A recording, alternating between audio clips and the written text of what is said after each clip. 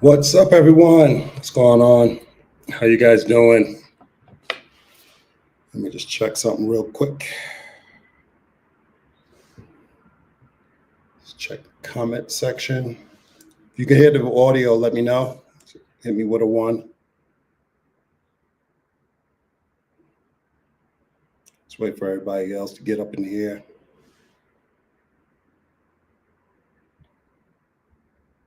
Hey, Ronan, what's up?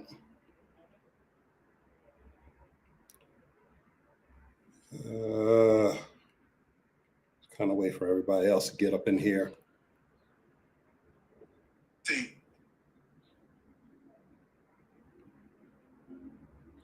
Or if anybody else is going to get up in here.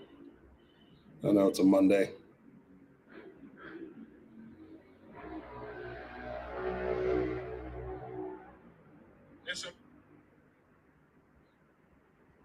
There's some people with. All righty. Ronan, you still here?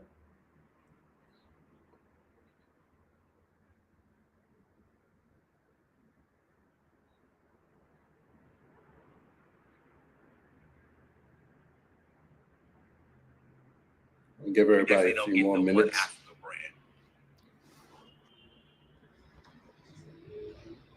Hey, Randy, how you doing, brother?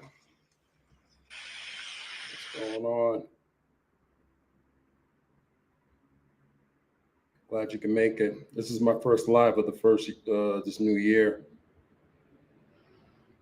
So just kind of waiting on people to kind of pop in there. Just been doing good. Still in Mexico. I'll leave tomorrow.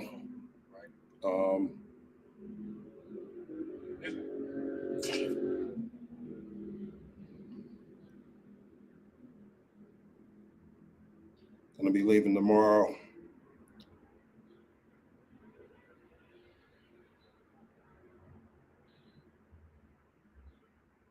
Other than that, how you doing, brother?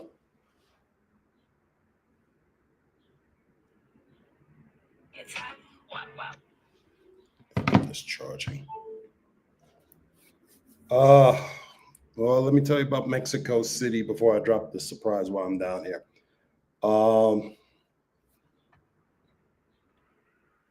I'm glad you're doing great, man. You plan on coming out here? Because let me get you Mexico City. Mexico City is pretty interesting. Unfortunately, it's been a lot of gray skies, some sun, but a lot of, like right now it's getting ready. It looks like it's been raining. Just been busy with some stuff. Mexico City is pretty cool. People very friendly, very, very friendly, actually. Food, oh my God. Damn, I gained some weight. Oh, you coming in the summer? Great. You come into Mexico City. If you are, I highly recommend you go to Polanco, where I'm at. It's a high-end type of area. Very, very nice. You won't regret it.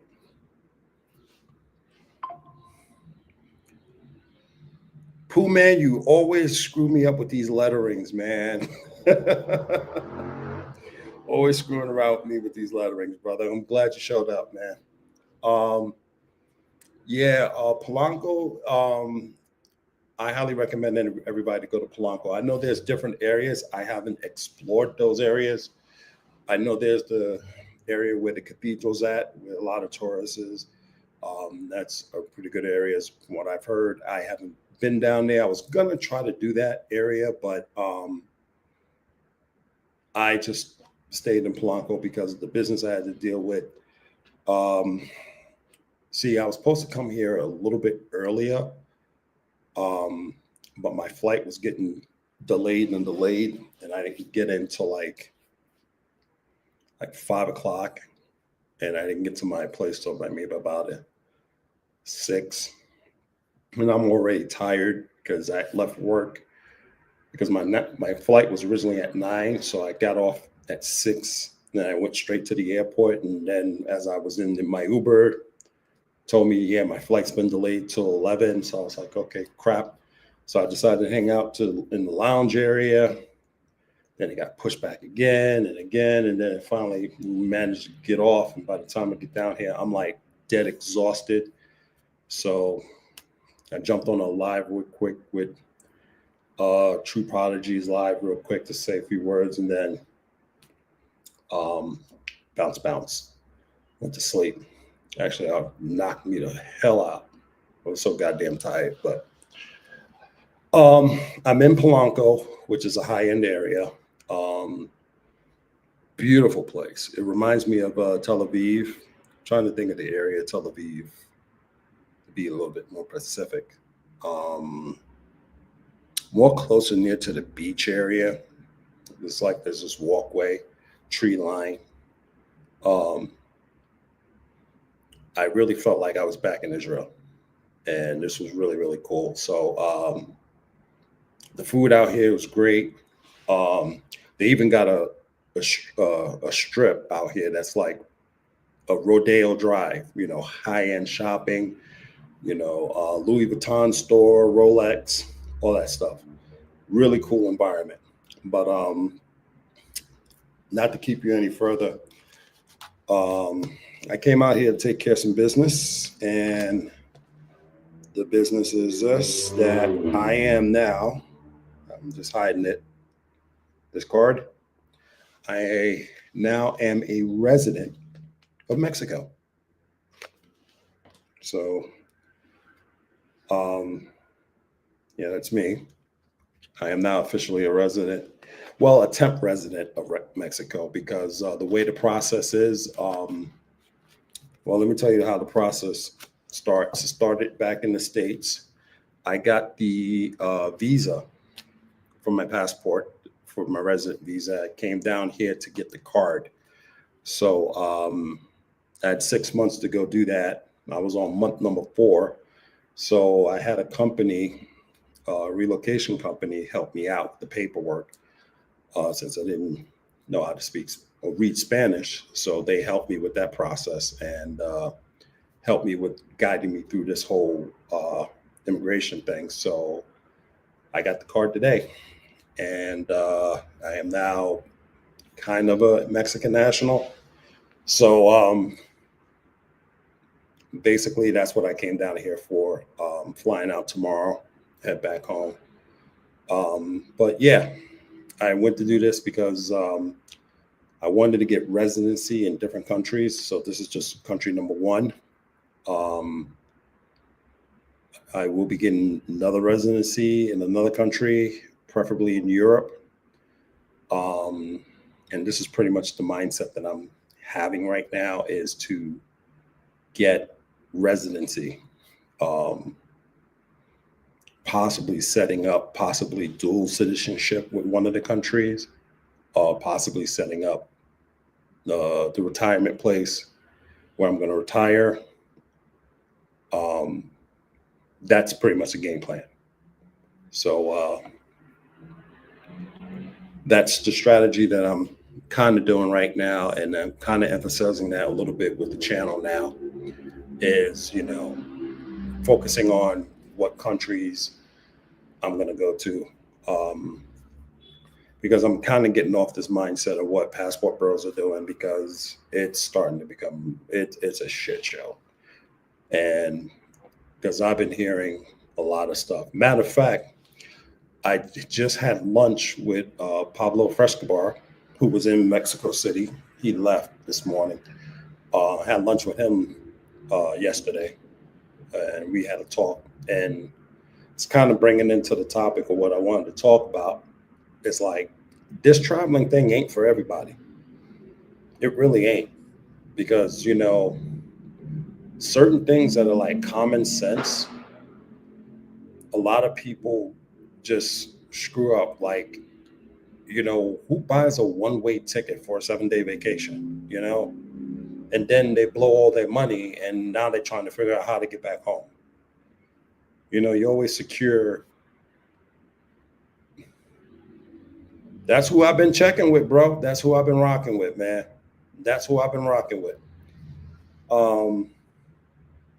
He's been him and a couple of other guys. I've been listening to their stuff. So yeah, Randy, and that's what's been going on. I just, how can you make that type of mistake knowing that you got to get home? Even when I talked to Pablo, because he shared some of his personal experience about, when he went with the fellas and one of the guys didn't have enough money to survive for the whole week. And that's been like the narrative I've been hearing. It's like there's been guys, a round trip ticket, ain't got enough money for the whole week. Like week two, day two, they're done. They're broke. Where did all his money go? Pros. It just, I don't care what you do. Just make sure you have enough money. He didn't even have credit cards. That's the thing. And the thing is, it's like, like I said, I don't care what you do, but don't go out here and make a fool of yourself. And then some of this stuff is being put on YouTube. And what does it do? It makes us look bad. Like we don't even know how to travel. But yeah, I have a channel. I'm putting out this information. Everybody ignores it because everybody want to go see chicas all the damn day. But when I put you the information to make sure that you can go see these chicas and do it safely, you ignore it. That doesn't make any sense to me.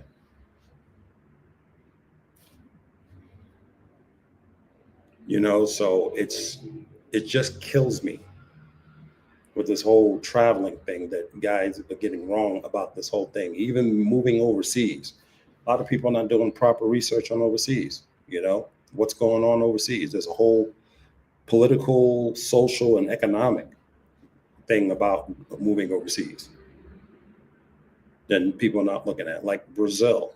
You're gonna ask Pooh Man. I was high on heaven on moving to Brazil, but when I did my research and when I had boots on ground, I looked at it and I was like, okay, there's some issues I wasn't aware of, which is why it's good to always go down there and check for yourself and not listen to other YouTubers.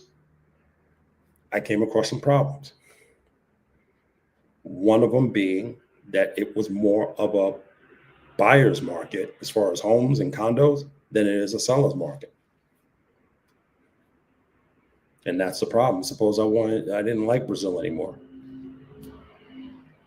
Selling my property was going to be a long wait. There was property sitting there for years. Then the property, if I was to buy a property, spanking brand new, they don't come with refrigerators. They don't come with stoves. You're lucky to get one with a sink. They don't come with cabinets. All that is extra. I got to go pay out of pocket and have them installed. So they don't build houses and apartments like we do here in the United States, which doesn't make sense. Then the taxes. That was another thing. Even if you work remotely and stuff like that, you got to pay taxes back to the IRS. Now their taxes over here, you got to pay them, and their taxes are high.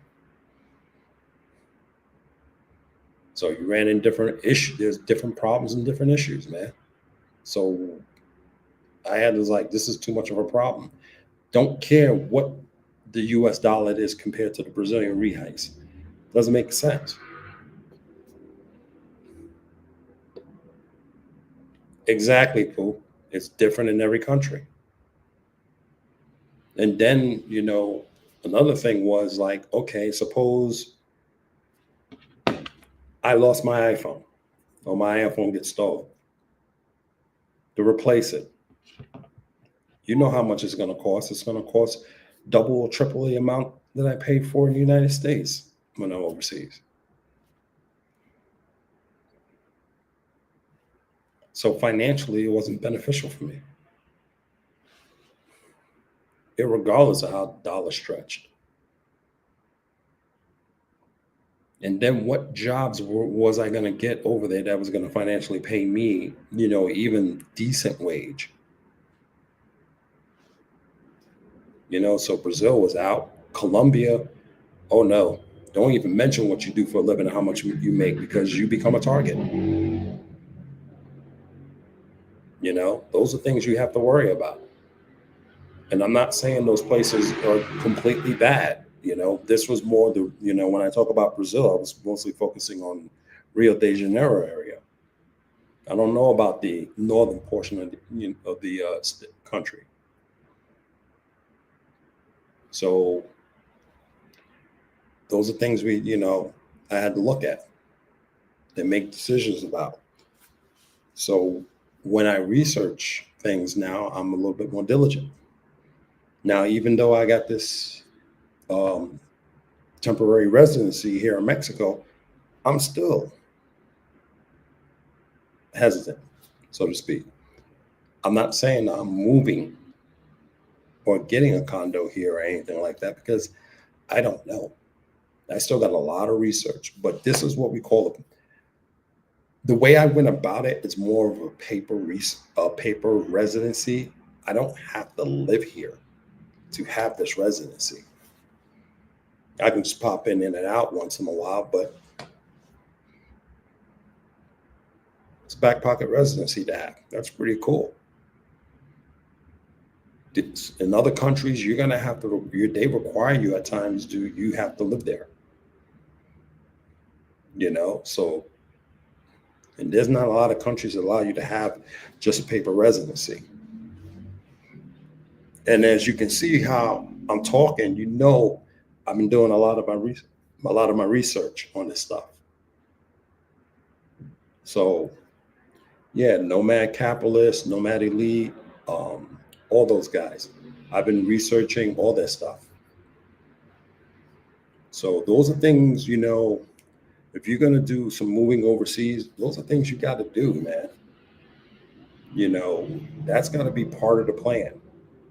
You know, paper residency. We got to look at Mexico. Yeah, we got issues with Mexico as far as the cartel violence and stuff like that. Okay, you got to be very diligent about where you're going to go. Okay.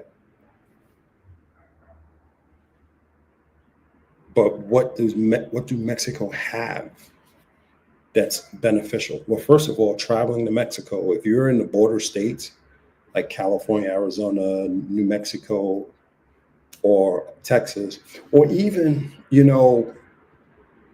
um, Georgia or Louisiana, stuff like that, it's an easy flight going back and forth. It's not going to take you that long. It took me about a little over 2 hours and a half to fly from where I live in Arizona to uh, Mexico City. Those are weekend jumps I can do.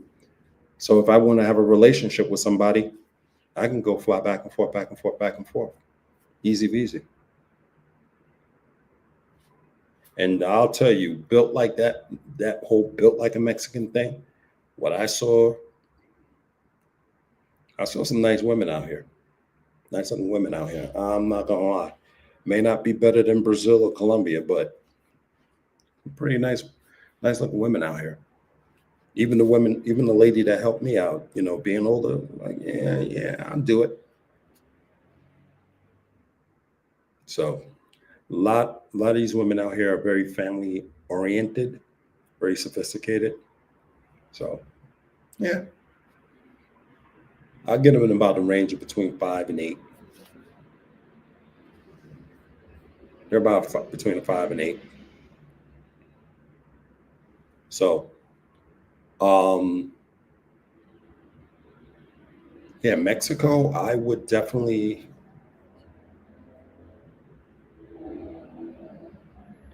Let's do that.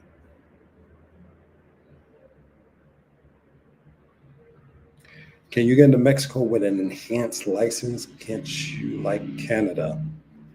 I don't know. Um, that I don't know. Um, I don't even know what an enhanced license is. If you're talking about the real ID thing, um, I would just do the passport thing. Because basically, with me, what she told me is now I'm kind of considered like a Mexican national. So when I go in, I show my US passport and my ID. Mexican has always been a chill vibe for me. I love it. Exactly. And that's what I got when I was here. It was just a very, very chill vibe. Um, very, very cool. People been like really, really nice. That's what I experienced when I was here. So I would definitely look at Mexico because, and another thing about Mexico that I like is that, yeah, mostly people do the private stuff, but I would definitely take a look at it. I live in Detroit and we have enhanced license that we can get into Canada. Oh, okay. That might just work for Canada. I don't know if it works for Mexico. I know I live in one of the border states. I don't think we have that type of system, but I think that may be just an agreement between Michigan and Canada to allow that. I don't know. That's something that's worth researching. I'll try to get back to you on that one, Poe.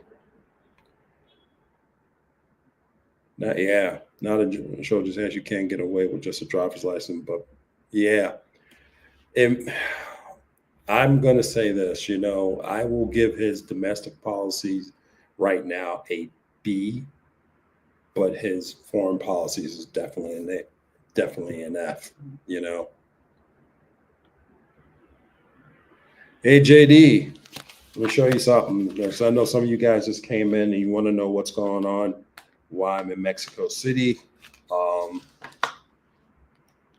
I now have temporary, I am now a temporary resident of Mexico. Just to give you a little bit more background on that, the first card that I got, basically how it works is this: you go to the consulate uh, within the U.S. and apply for it. If you meet the qualifications, they'll give you a visa. You got 6 months to get down here to get the card. That's what I did. I was on month number 4, so I had to come down here and get this taken care of. That's why I'm here. So I got the card now. Um, I am now to a 1 year residency. I have to come back here next year to get the 3 year. After the 3 year, I qualify for permanent residency. So it's a gradual thing that happens because they want to see if you really want to be here and stuff like that. Um, this process ain't cheap. I'm gonna tell you that right now. It's not a cheap process. So, um,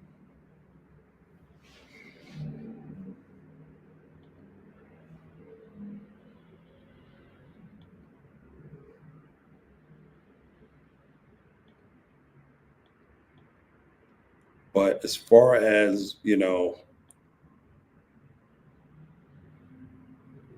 I paste a link if you guys want to pop up, have a chat, and want to find out some more info.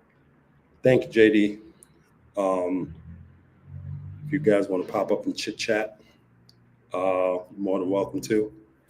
But basically, this traveling thing, man, it's just, ugh, you know, we got to do better with traveling, man, because there's just too much drama and stupidity with just traveling.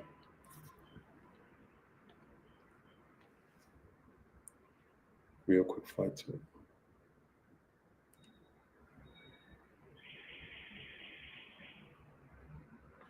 I know. And that's where a lot of the issues and problems are coming from, man. It's just, I travel for my mental health, man. I travel for peace of mind. I travel just to chill. I travel just to relax, man. It's not about, this pooky lifestyle and stuff like that, because the thing about it is these guys go to countries where, like I said, you don't know what the social economics of this place because They hear about the conversion rates, but basically, when you look at the individual, are you fiscally, you know, a responsible person? Can you fiscally, deal with Can you fiscally handle your money? Obviously, you can't because a lot of these dudes are crashing out overseas. They're going broke, so they fiscally can't do anything.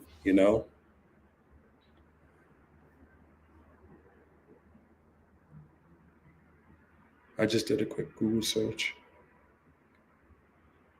Oh, you can. Okay, cool. Well, I don't know because I've flown in. You may be able to do it driving across the border, but flying in, you might have. I highly recommend just doing a passport, um, because it just saves you a lot of headache.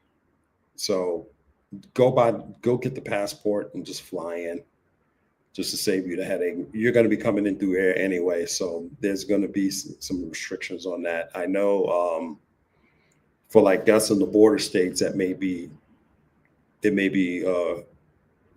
good for us, but for you guys, you're coming out of Michigan. mm, you're gonna have to fly out here, bro. So get the passport. Just save you the headache and stuff. Just passport it in. Um, you're better off. And same here, brother. And that's another thing, guys. Global entry, man. If you don't want to stand online, deal with that pain in the ass, get global entry. You can apply for it, and they'll set you a date. But to circumvent that date because they're so backlogged, just go take a trip, and when you come back into a port of entry, just request for your interview, and they'll do that right there on the spot. So that way you don't have to wait a year and a half because that's how backlogged they are for interviews, a year and a half. So once you get your confirmation saying yeah, make sure you keep that information, especially that number, because you're going to need that number. Go take a trip, come back. Once you go through the customs, hey, I want my interview, and they'll do that thing right now. And in about a month, you'll have your card. But yeah, man, it's just like I said, a lot of people crashing out, man, and not just the brothers, the women too, man, because I'm hearing horror stories with them. Um, One story I heard, uh, shout out to Carlos Red. He was telling me because I think he's on his way back from Tanzania, and he's going to have some stories to tell because there were some people that went out there and they crashed out. One lady sold the house and she had equity in her house, about 30,000, and um, she met up with one of the beach bums, and she had cash. She didn't even put it in the bank or have it in a car. She just had that all cash. She did her thing with the beach bum. She revealed that she had this money, and next thing you know, she got robbed. Ain't that beautiful?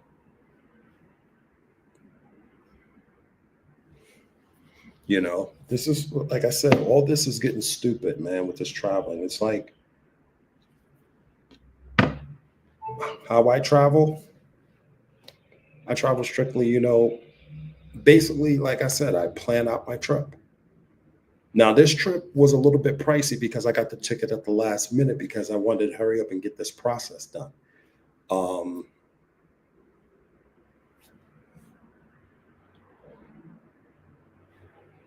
oh, okay. I remember that because I got to take an Uber getting back to the airport tomorrow. So thanks for telling me that, JD. Um, Basically, how I do it, I just do my research that I always do. Like I always tell you guys to do your research, safety and all that other stuff. And then I start go looking at this, like this place I'm at. Yo, I got to show you this place. Take a look at this, man. This is a this is Capolia luxury apartments. So this is like almost like a studio because I got my kitchen and stuff over there. If you look at the video I dropped yesterday, you'll see it. Um, for the from Saturday night till tomorrow morning, only paid about 400 and change. And this is high end luxury. Now you ain't doing it on a e-beggars budget, to be honest with you. You ain't doing it on that type of budget. And plus, they got strict rules out here too. Can't smoke, you can't do drugs, you can't do all that stuff in here. They're really strict. Guard downstairs, you got to buzz you in and out, uh, all type of stuff. So this is the type of lifestyle you live when you actually have a job and you work and you do your thing. You can go and travel like this, because I don't beg and stuff for crap and stuff like that. I don't go out and ask for money and stuff like that. Ronan knows that. I may have this little cash out, this little cash app thing, if you want to support, that's up to you. But we support the channel because it's all going to go back into equipment and stuff to make the channel better and stuff like that. If you want to do that, feel free to do that. And I can see, a lot of you guys are my mods. You got, Pooh Man and Ronan, they're my mods. What up, Money Mitch? Money Mitch, what's going on, Play? I haven't heard from you in a while, bro. You've been hiding. Hey, if you're in a mad minute. Yeah, I do have an Instagram page. I'm also have, if you recently look, I have a Amazon store that's going to be popping up. Should have linked it to this one, but I didn't do it. But Amazon store, you'll see in some of the videos that I previously have, the Amazon store that's coming up. Please support the channel. Everything's going to be happening. There's going to be some cool stuff happening with the channel. I am going to do some more trips into Mexico. I am going to do Guadalajara. That's probably going to be the next one. I will be doing the European trip. I will be doing possibly a Thailand trip. I have to see, because I think right now, you guys need to see different places, because we have beaten to death this whole DR and Colombia and Brazil and Thailand. It's just, all right, beating it with a dead horse. Let's see other places. And it's not, like I said, it's starting to become more like sex tourism at this point, because it's all about the chicas and stuff. It's not about going over and living and, because a lot of you guys got to understand it. Even if you're going there for the chicas, you got to learn how to live there, man. You got to avoid those pitfalls and stuff. And there are a lot of pitfalls, even trying to get residency, attempt residency and stuff like that. You may not qualify for it, because some places will ask you for a criminal background check. All right. Some places. Oh, Belize. Ooh. Belize is good, but there's just too much bureaucracy. That's my only problem with Belize, is the bureaucracy. Trying to get anything over there. That's the only thing. Beautiful island though. But like I said, it's just, I want something different for the traveling community, because it's like now it's gotten to a point that we're all participating in this whole tourism and stuff like that. Yeah, Kuala Lumpur in Malaysia, that's a dope idea. But I don't know if I have the time, man, because it's such a distance going out in that particular region. I wanted to go to Bali actually and check that out, but it's such a distance, man. Those are more like 2 weekers and 2 weekenders, you know. Well, not 2 weekenders, but 2 week vacations and stuff. And I don't know if I'm gonna have that time to do it. Um, but I want to keep the channel flowing with trips. So I want them. What's going to be more convenient for me is just jumping back and forth to Mexico and showing you the Mexican life. Even though I may be getting in competition with QB Flex, QB Passport Flexing, but yeah, we're just gonna have to. Yeah, that is the only Southeast Asian country you can own property, which is cool. The rest of them, it's got to be like a lease land or freehold, which I don't really know too much of the difference. Is basically um, you can own the prop, you can own the house, but you can't own the land, and or a certain percentage you can own, or something like that, or you got to do it through corporations. It's a way around it. It's just a lot. It's just a legal nightmare trying to do it like in Thailand or Bali and stuff like that. But in Malaysia, it's straight up buy it, it's yours, which is a cool thing about Malaysia. Um, but I have to do more research about Malaysia if anybody wants to go there, you know. And this is the thing, people, you know, one thing I like to bring up to people is like, if you're talking about moving overseas, oh, the US dollar stretches. Okay, the US dollar stretches, but what job do you have? You know, doing a YouTube channel, you know, that's not a really profitable thing. I mean, if you want to go and work and do customer service stuff online and stuff, you know, that's your thing. You know, God bless you. You know, you want to make that 15 bucks an hour, hey, go for it. You know, that's you. But I'm sitting over here with a master's degree and two bachelor's degrees. I'm not, unless I have to. That's not me. You know, I'm gonna go for higher stuff. I'm in the cybersecurity field. I'm gonna take that, cultivate that, and go work for a company overseas doing that. There's even places where if you have certain skills, they'll give you residency, you know, because they're looking for those skilled workers. Finland, for one, is one of those countries. They're in desperate need of foreign workers. You know, and if you have certain skill sets, they'll get you in there in 2 weeks. So those are things that are out there, but a lot of people don't look at those things. UN, another hot spot. If you can get into UN, you know, you may have to do some time in this country, but I've seen jobs in Colombia. It'll probably be in Bogota, but you're in Colombia. You know, I've seen jobs in Thailand. You may have to be in Bangkok, but the jobs you're still in Thailand. You know, there's jobs out there, but it takes a lot of effort and, you know, a lot of patience and a lot of work to get to those type of jobs. You know, and a lot of preparations. And a lot of these guys don't want it because you got the entitled mindset. They want it now. You know, so these guys don't want that stuff. They just, you know, they see what they see on YouTube, everybody having fun. I don't know what these YouTubers are doing. I don't know their real life.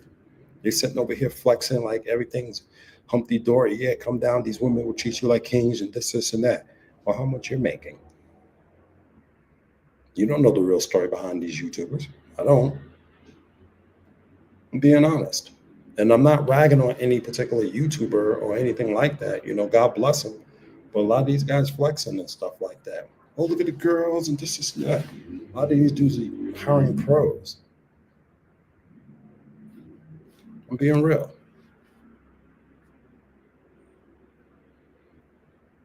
You know? And the thing is, the information I give you guys, I just don't want to see you guys crashing. I'm being real.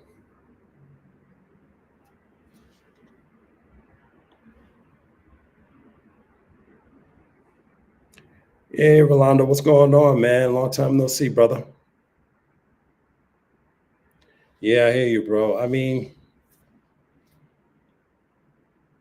it's it's getting tiring, man. I just tell people be a traveler. Just go out and explore the world. You don't need this hashtag like passport bro or passport sis.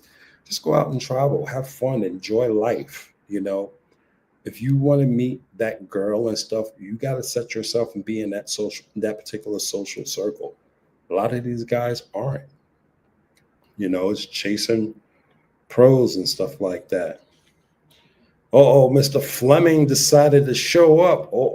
We got a special guest in the house. Mr. Fleming. Hey, Mr. Fleming. Guess who's now a resident of Mexico?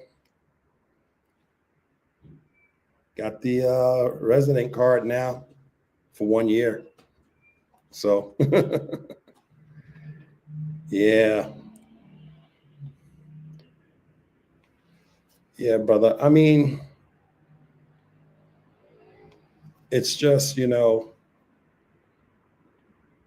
me get this comment over here. What's funny about them? They don't really travel. They focus heavily on meeting women, which they can't communicate.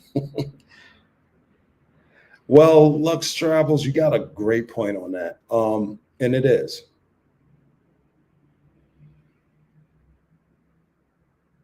You got a point on that. And it's sad because you don't put yourself in that situation. If you're going to go to a Spanish speaking country, learn the language, and then, put yourself in that situation where you can be able to meet the higher echelon people, not these, pay for play chicks and stuff, especially like you're in Colombia.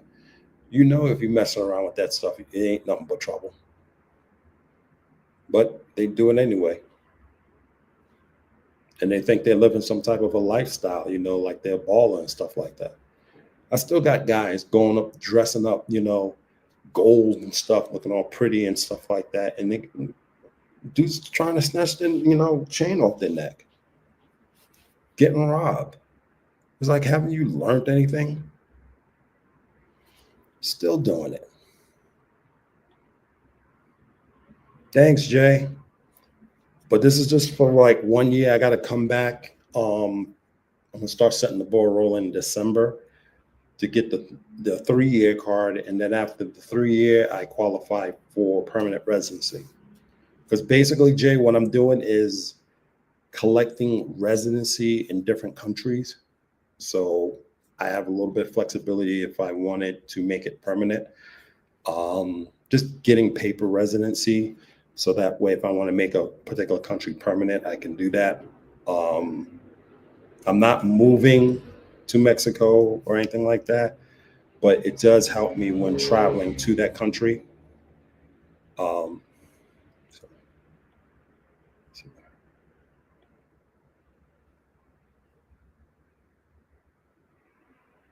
and don't worry about it, my brother.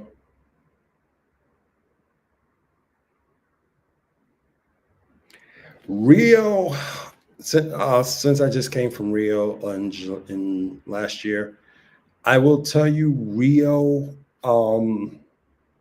Rio's beautiful. I hope your Portuguese is up to par.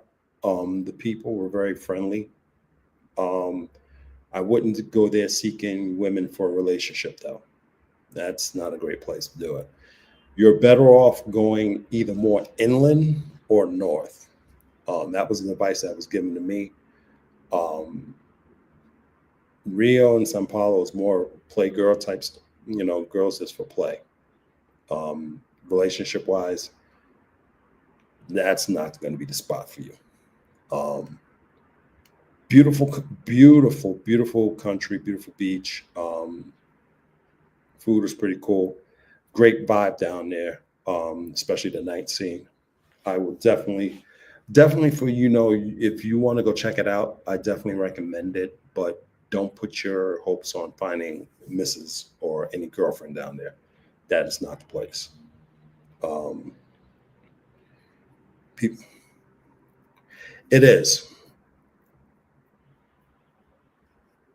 Yeah, traveling. If you don't know how to budget yourself and do things right, Um, Traveling, it can be very pricey, and this is why I have the channel and I teach you guys there's ways you can cut your budget down, like flight tickets and stuff like that. I'm in this luxury ass apartment in the luxury ass section of Mexico City, and everything has been like inexpensive for me because I know how to look for deals. These dudes don't look for that stuff. A lot of these passport bros, their lifestyle is freaking living in a hostel. I ain't doing hostels, dude. If I don't got the money to travel, I ain't going nowhere. For like, if you're going to travel, you need at least 2 credit cards and a bank account with money in it. Seriously. And I'm going to tell you, I'm going to share something shocking with you, with all you guys right now. My travel budget is just slightly south of 34,000. That's my travel budget. But I don't even use all that. I only use like maybe 2,000 of that at the most per trip. So I can travel at any time. So anybody want to sit here and say, oh, he's hating because he ain't traveling, because he ain't got no money. I got the money. And I can travel however and whenever I want. I work, which I love my job. I got great bosses. So why I'm going to give that up for traveling? It's always going to be fucking there. So, what's the point? I don't need to go traveling. What's the big flex on traveling? Traveling ain't a flex. You act like it's like, oh man, we're traveling, we're doing this, we free. No, you're not. You're a vagabond. Okay? There's certain people that can travel that, they got a big time, bank account and stuff like that, and they want to travel and do that stuff, all fine and dandy. But like I said, these dudes are sitting around here thinking, they king dingling, and we can do all this traveling and live this flexing lifestyle, man. Mm-mm. It's not the way it goes, bro. you know and don't get me wrong, traveling is fun if you look for the adventure in it. If you look for the adventure in this whole thing, it's really fun. Like I said, I just walked around here and just reminisced about being back in Tel Aviv. I enjoyed it, and then get in the car, and when I get back down here, I'm gonna do a lot of other things. um I might do a collab with Ulysses Travel. I got to figure out when he's coming when he's coming to Mexico, because I know he's still in Colombia. But we briefly talked about doing a collab when he comes to Mexico. So we might do something, you know. Um, I talked to Billy Gringo. He's out in Fortaleza, Brazil. Might do a collab with him to get some information out for you guys about going over there. And all my stuff is basically going to be about traveling. I was going to do this about, getting residencies and stuff like that. But because of this whole crap that these guys are going over here and doing, I didn't want to add to it.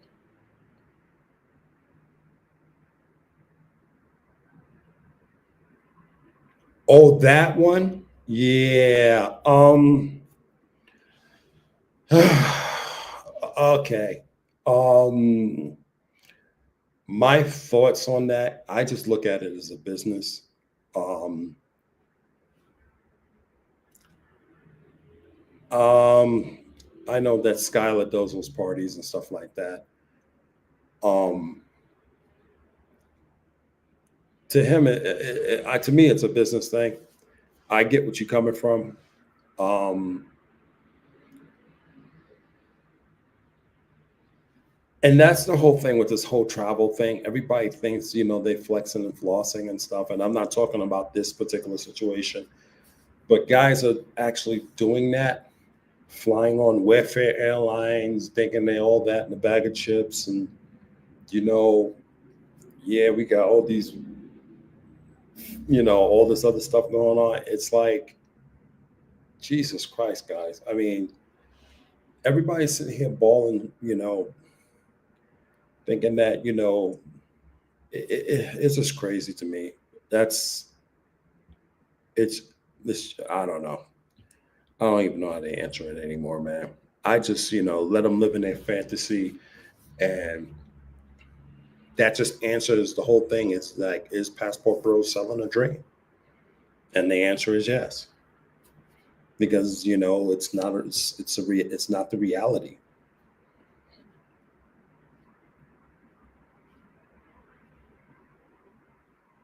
Yeah. It's not for public consumption. You know, you, but the thing about it is, it tells the other people who ain't got no common sense on traveling, hey, this is what life is like over there. And it's not. You know, you can't think you can go down there with little, because that's what's happening. Guys are crashing out because they got little cash. I've been hearing multiple stories from different people about, yeah, me and the boys came down and one of the guys, he got broke day two and he ain't got no bank account. He ain't got no credit cards and he's asking for money. And he's on a 7-day trip with us. That's what's happening. And you're sitting back. I mean, I got my food bill next to me, and this is not all of it, but this is just some of it because some of it was on my credit card. Um, in these 4 days, I may have went above $200, and that's just food. We haven't even gotten into the fees that I paid for to get this card because that was like $270 to get this card. We're not talking about my car fare to get cab fare to get down here. We're not talking about um, other expenses that I had the accrued down here. You don't come down here with $200 of spending cash. I don't care how far the US dollar stretches down in here. I think the best formula that Carlos Red, shout out to him, gave me every 4 days, you need 1,000 at least for every 4 days. And that sounds maybe a little bit too much, but I will put it in around that ballpark figure because you got souvenirs, you got food, you got entertainment. I haven't done any entertainment. That would have cost me more. I haven't done any entertainment since I've been here because I've just been busy and focused on doing this stuff. And then I did the videos and dropped the videos and then meeting Pablo for lunch and all this other stuff. I didn't have the time to do anything entertaining because I'm here on a short stay, you know? So I didn't even go and like do any shopping because they got, high-end shopping over here. I could have bought something, probably a little cheaper than what you would pay in the United States. I could have bought something and then brought it back home. But see, this is what I'm talking about. Everybody want to sit here and flex and shit, but ain't got the money to do it. But they put on this fake facade and sell it on YouTube. And like I said, I'm not bashing any YouTubers or anything like that, but the reality is reality. Are you selling the dream of reality? Reality, because what you should be doing is you should be talking about the actual living here, actually coming here. What are we going to expect? Getting taxed, getting, you know, getting a home, how much it's going to actually cost, getting these amenities and stuff. All that's money. What's going on in the political and social scene in the countries you're going to? Right now, I'm hearing people are leaving the Philippines right now. And these are the white boys. White boys are leaving the Philippines. They're going back to their home countries. You can imagine if that's happening, what's going to happen with the brothers. So, um,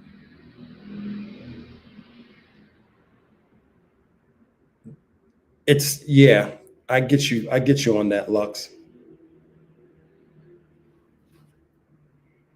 I get you on that, man. And here's my thing. America has its problems, and trust me, what I'm doing right now is because we had 4 years of some of the most fucked up mindset in politics and bullshit. Fucking, excuse me for cussing. I shouldn't even cuss. 4 years of the worst politics I've ever seen in my life. And I'm an old timer. Never in my life have I seen it that bad. And now we got this new administration, and I don't know what's going on, but getting residency is preparation just in case you want an exit plan. This is plan B. And that's what I'm doing is plan B. A plan B is like, okay, I'm done with this place. I got everything that I need set up, or at least most of it set up. Now I can make that transition, or I'm retired, I'm done. I'm gonna go overseas to live the rest of my life. That's all this is. And having the temp card is the starting point. That's what you need. These guys thinking they feel rich.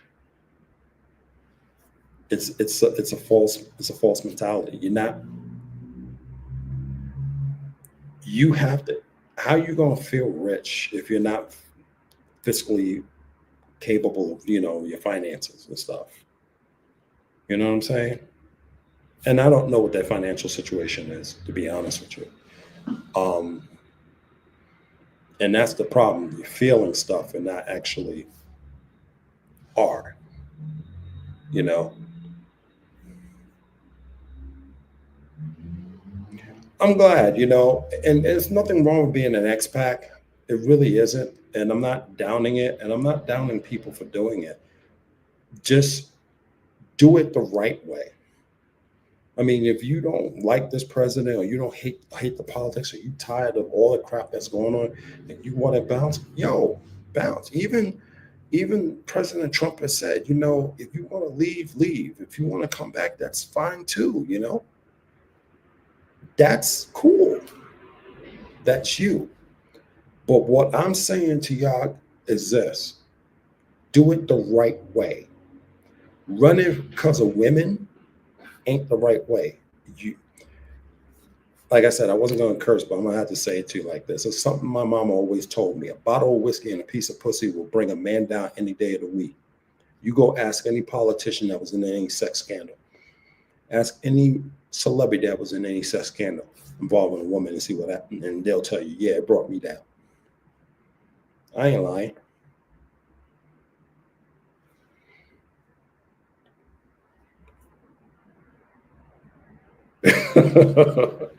Yeah, I'm sorry I had to bring that up. But yeah, I've been seeing a lot of these YouTube videos about dudes leaving the Philippines. I don't know what's going on. It just started hitting my algorithm, and there's been a lot of reasons.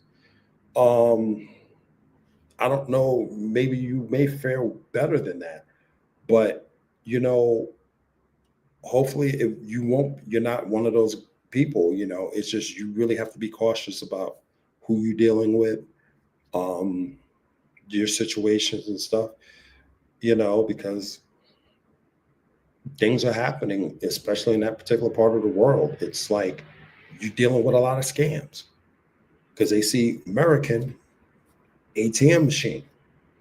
Let's milk them, and those are the things you gotta think about. But I think you got a good head on your shoulder, Roland, so I wouldn't really worry about it.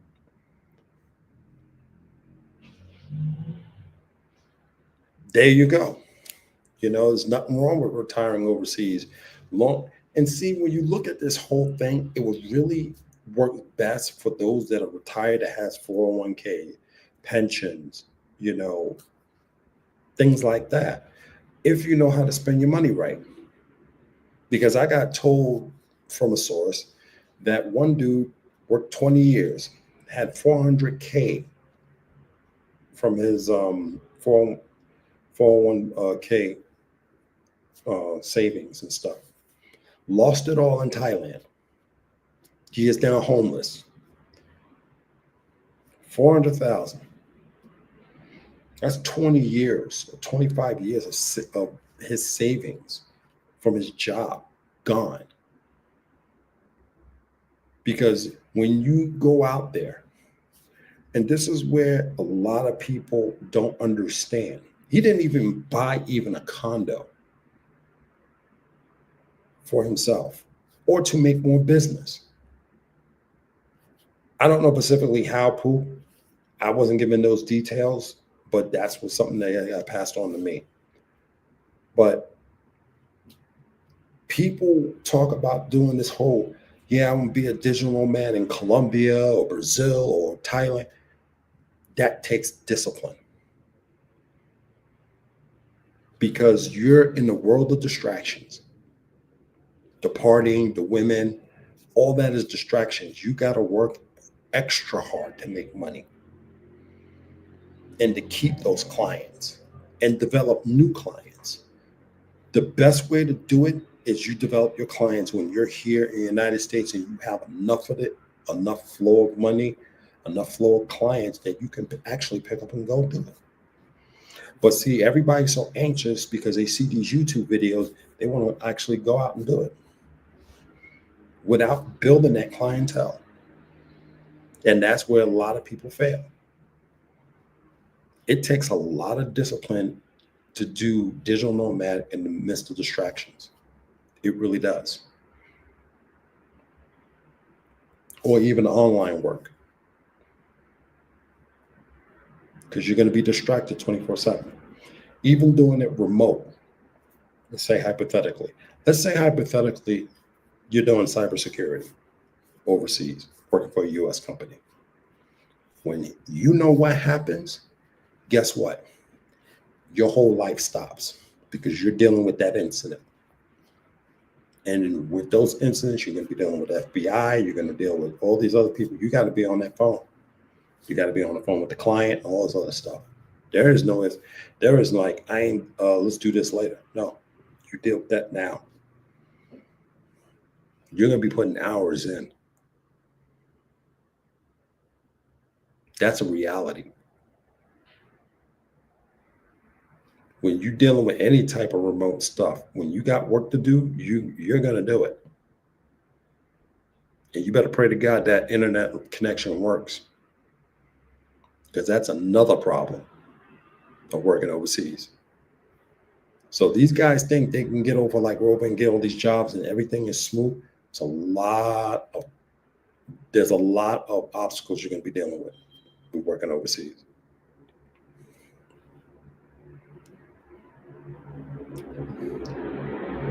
Thank you, man. I appreciate you, man. I'm just here. I just want to see you guys be successful, man. That's the only thing, is to be successful. If you want to do this, if I got information, that's what I am, a broker of information, man. You know, and I want to see you guys succeed, you know, and that's just the way I operate. You know, I'm not here, you know, to do any consultations or anything and charge you guys, you know, because everything I have on my videos and stuff, everything I have here, I can be charging you guys. Seriously, the videos, everything. Those are things. It's like, yo, give me a call and I'll give you I'll give you for free. You know, if it's something that's really in depth that I gotta really do stuff behind the scenes to actually make it work, then I'm gonna charge you. But if it's something that, yay, do this, do that, I ain't gonna charge you. Why? You know, I'm making money as it is, you know, I'm cool. And I got a new project that I'm working on the YouTube, which I'm not going to say anything more about it, but hopefully that will bring me money. You know, I just don't want to see you guys crashing out like the rest of these guys are doing, because it's, you know, I don't want to see you guys get hurt. Traveling is dangerous. It is. Look at what we have right now. We got airlines crashing right now. I just heard of the one in Canada with Delta. And I don't know if there's any fatalities with that one, but that, plane would landed upside down. Now we're getting airplane crashes. I'm like kind of scared right now. You jump back on the plane to head home, you know? And these are things a lot of these guys don't take in consideration, getting, the insurance that you need just in case something happens to you when you're traveling. They don't even do that. They don't get, the medical coverage that they need. Or what Ronan has talked about, something happens to you, you got to get your body back home. There's insurance for that. And I got to get more information about that, Ronan. So we got to talk about that. Um, those are things, we don't put that information out. There's a few of us in this travel space. We actually had a conversation and we actually talk about what we need to carry when we travel. And, we shared a lot of information.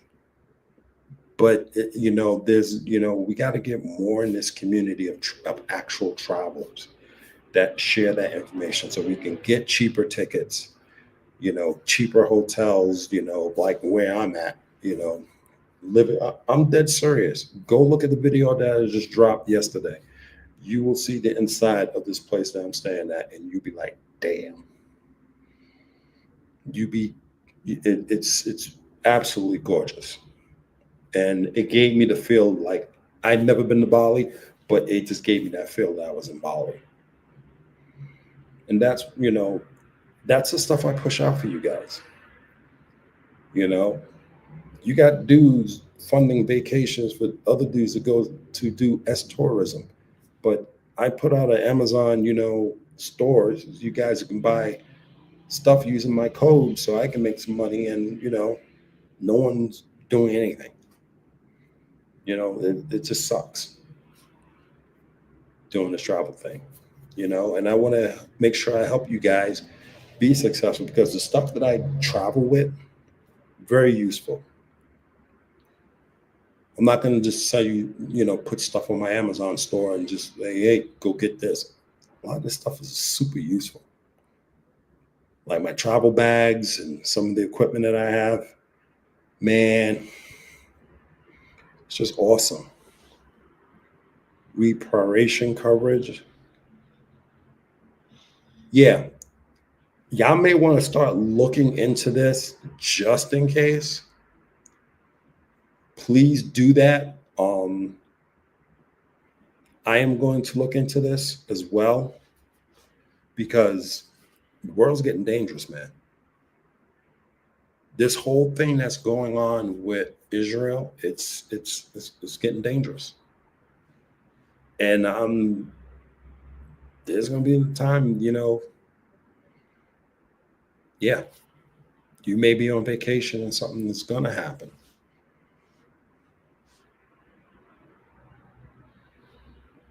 You really need to start really covering all your bases because terrorism is real.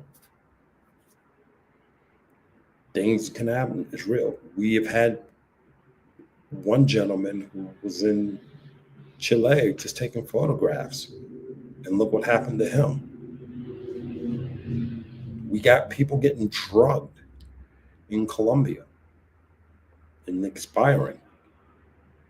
Those are things you really need to take a look at. Look at that price tag. Wow.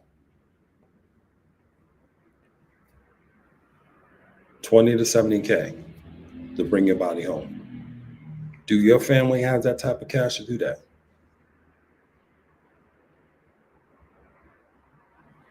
Those are things you got to look at, man.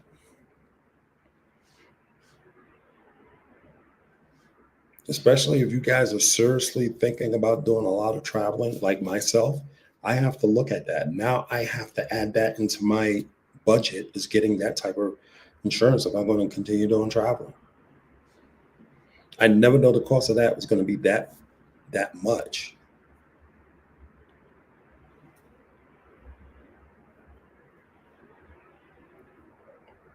Yeah. Travel insurance is just for like, incidentals that when you're traveling and stuff. Medical insurance overseas, you got to look at that. Let me see. I have one from We Salute. Cover my name up and stuff.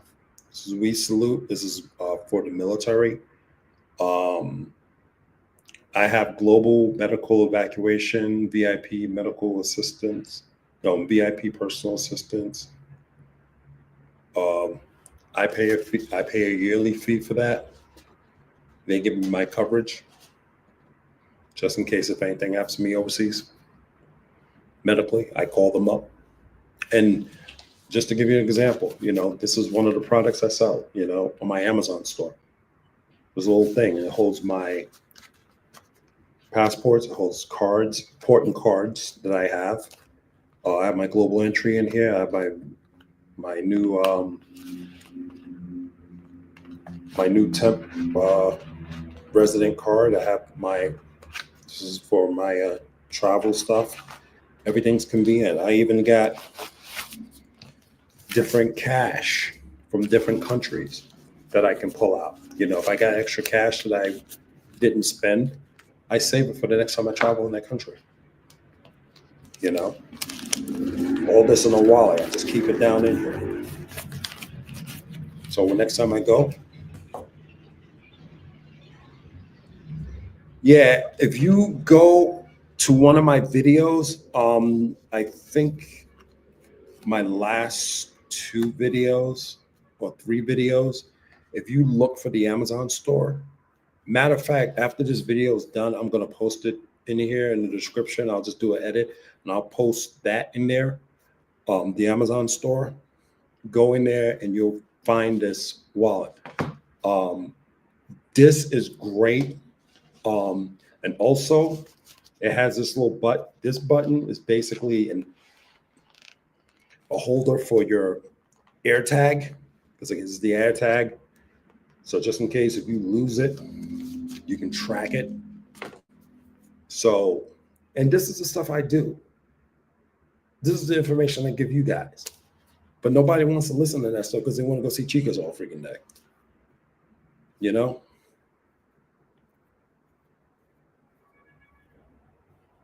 Yeah, exactly.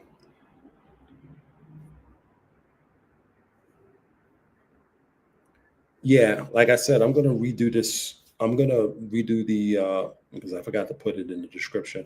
I'm going to throw it in the description when this video is done and you can take a look back at it. G-Rap in the building. Salute to you, my brother. Just passing out some knowledge.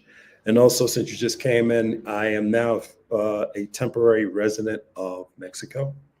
I just came down here to pick up my card. I'm in Mexico City right now in Polanco, just to let you know. And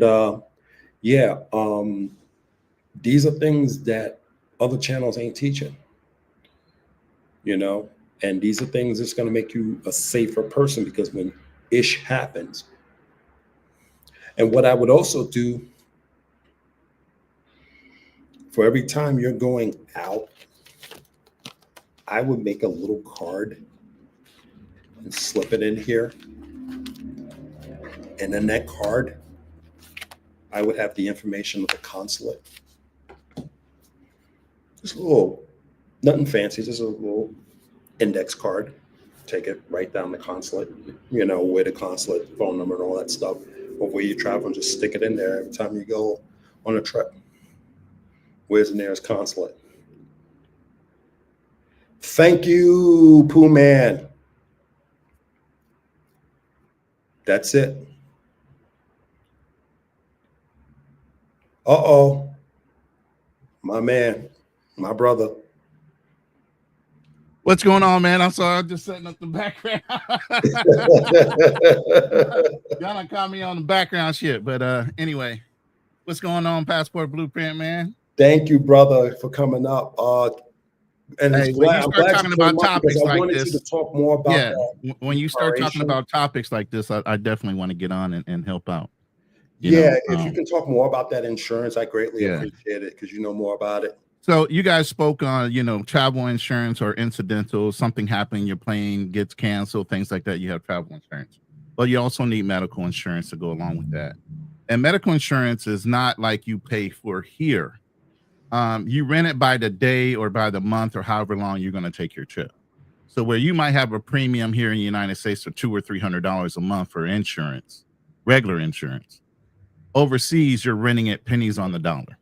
Okay, because it's a short time period that you're going to be overseas, unless you plan on staying a long period of time. And then, even if you extend, all you have to do is call your insurance company and say, "Hey, I'm liking it here. I'm going to stay here another 60 days," and they'll just extend out what your premium payment is going to be for that time period. Okay, but inside of that medical insurance is what they call repatriation. Repatriation is the word that's used in order to recover your body. Say that if you get in an accident and you expire, you die. Okay. So that your families don't have to worry about making that payment to get your body back if they even have that type of money, which I said in the chat can be anywhere from $20,000 to $70,000. Because they have to ship your body back in a feasible way. It has to be cooled. You know what I'm saying? They just can't throw you back in the airplane and fly your butt back here. There's certain ways you got to handle a body after it expires. So in that respect, that's why the cost is so high. And then the legal ease of getting you through customs from one place to another. That's where the cost comes in. I mean, hell, an ambulance ride costs you anywhere from $5,000 to $15,000 here in the United States.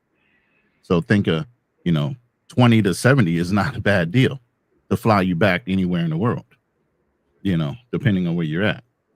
But yeah, travel insurance is definitely something I encourage a lot of people to do, and then asset protection is something I talk about all the time. This is my life. This is what I do.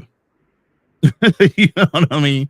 And consultations and everything else. And I'm glad you got your Amazon store set up, brother, because I'm encouraging a lot of us that put out good, decent content to do that. We should all be monetizing in several different ways. And one of those things is the Amazon store. Yeah. Because, like I was saying, everybody want to toss their money for to-dos if they want to go do tourism and stuff.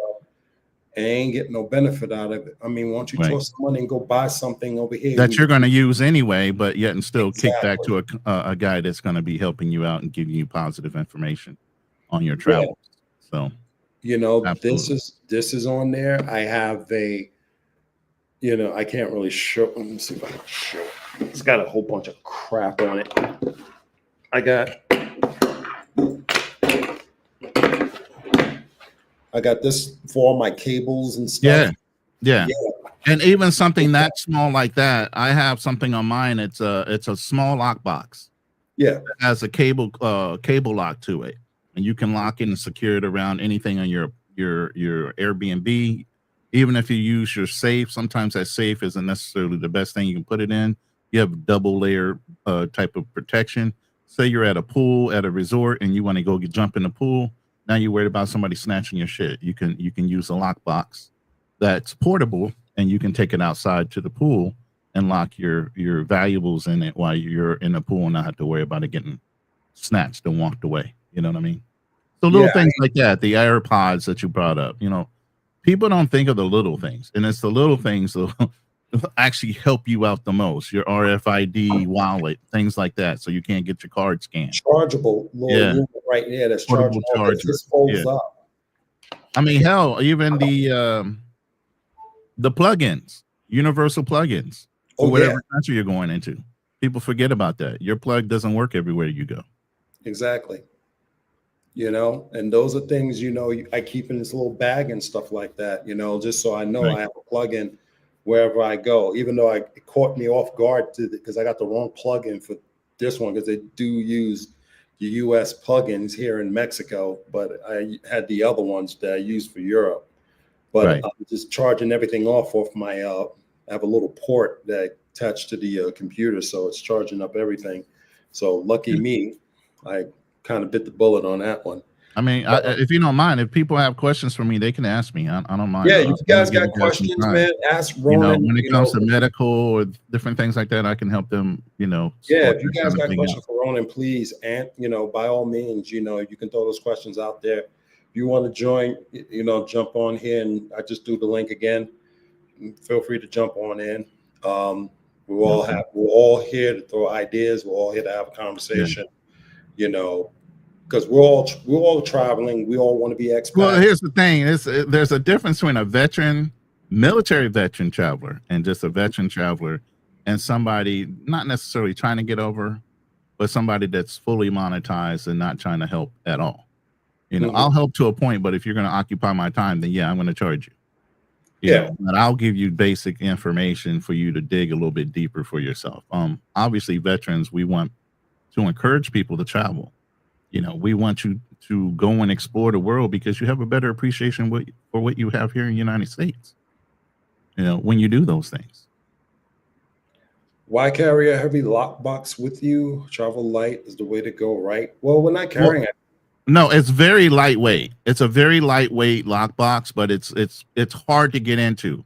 So where somebody, if you maybe left the key or a phone on like a pool table, like at a swimming pool on a resort, you want to just go jump in the water. You might want to leave a couple of things sitting there, and you take your eyes off for a second. Somebody walks by and grabs it.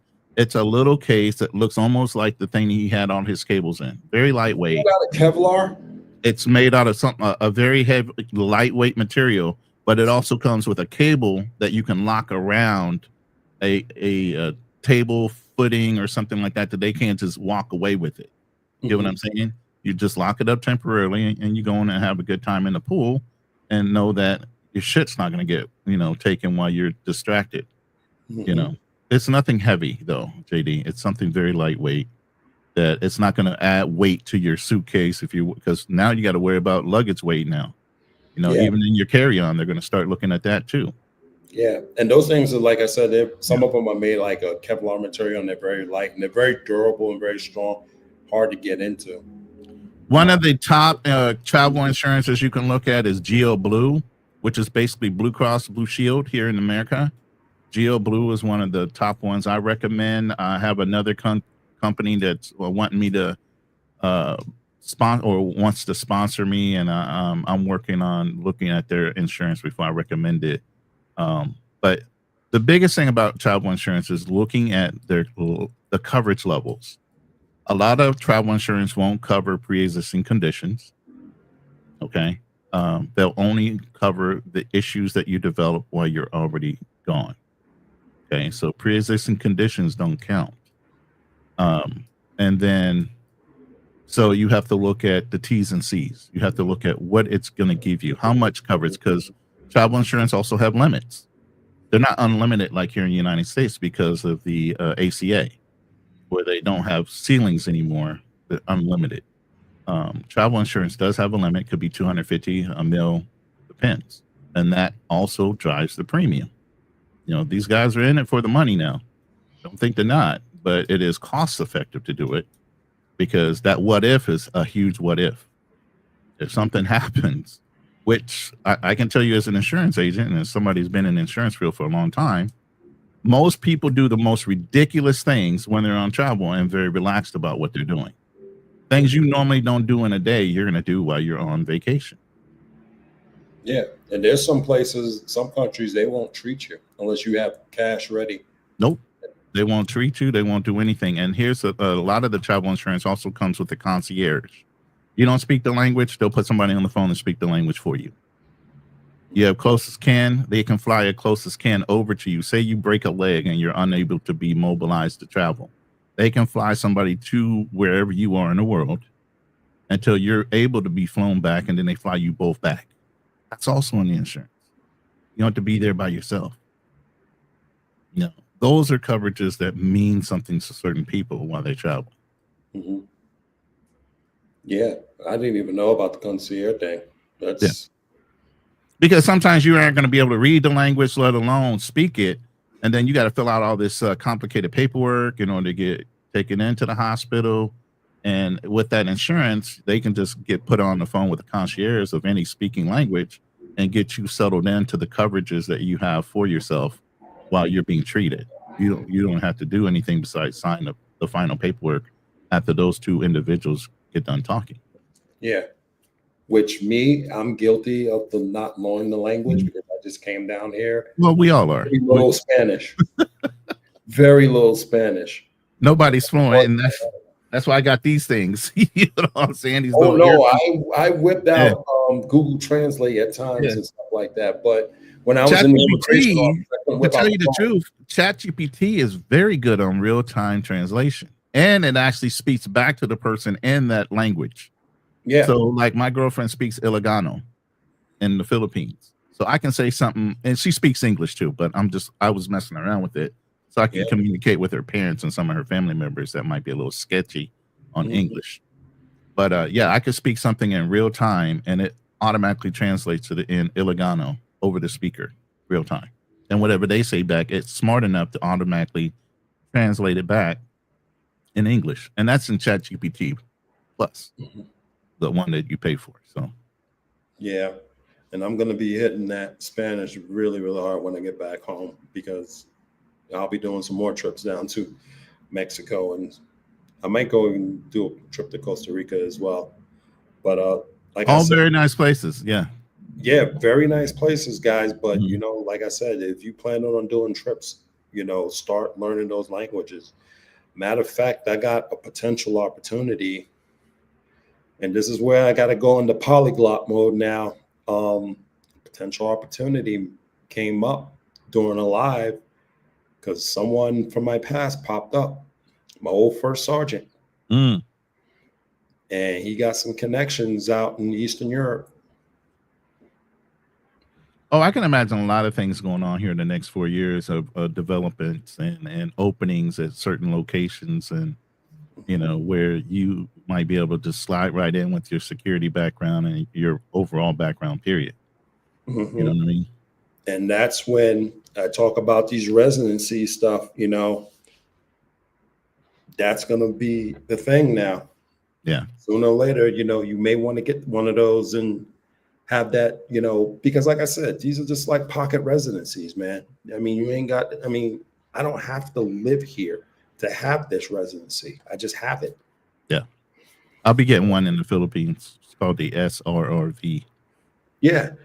Different programs. I mean, there's some you're going to have to like buy a property or invest in the country in order to get it. When you get my age, it stops being that. I know, man. When you're over 50 in the Philippines, especially if you're a retired vet or you're disabled, you're at 100% with the veterans. For the Philippines, it's $5,000. No, I'm sorry, $1,500 in the bank and steady income. That's it. That's it. As a veteran, and it's special residency visa. So SSRV. And this is why I told you, these guys, you know, a lot of this whole stuff of living overseas is more geared towards those who are retiring than, you know, the young guys. I know the digital nomads are out there and they're doing their thing. But see, the thing with digital nomads, you got to move to the hot spots where they're at. A lot of these guys are just going like, oh yeah, be a digital nomad in Colombia and stuff like that.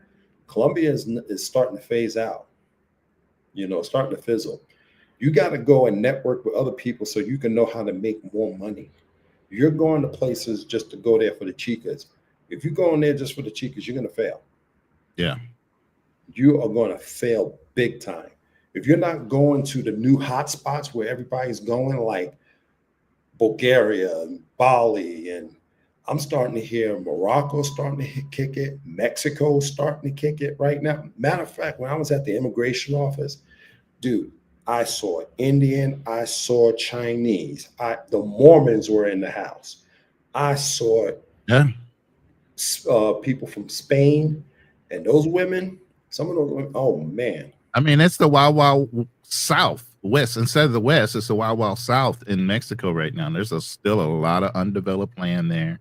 Still a lot of open areas where you can capitalize on. You can buy property down there. You don't have to be a nationalized citizen. You can own property in Mexico.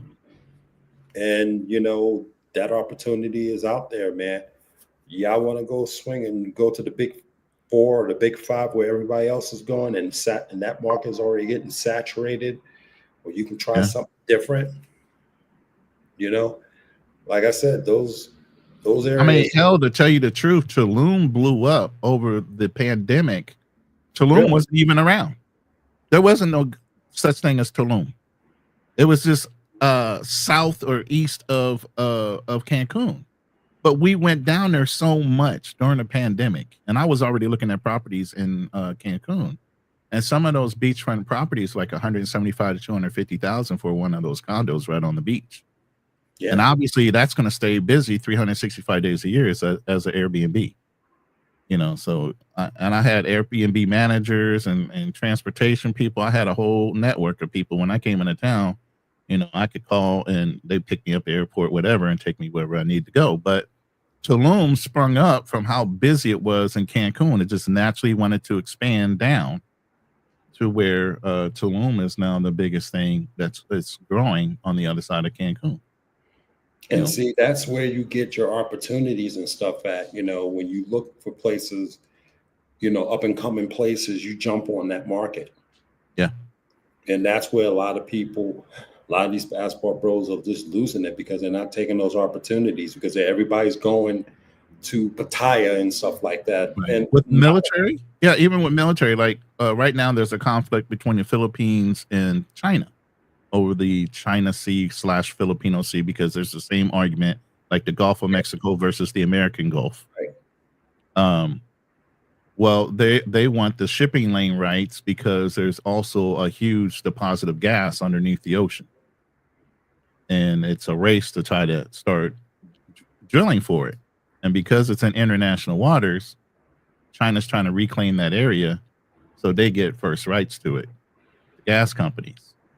So that's why they're going back and forth. Well, the American military, supposedly, now that Trump's in office, we don't know how that's going to happen, but they were going to at least open up 2 to 4 bases back up on the Philippines. I can go right in. I can go right in and go as a GSA if I wanted to, and work on one of the bases that are opening up right there. Exactly. If I wanted as a liaison or whatever. Right.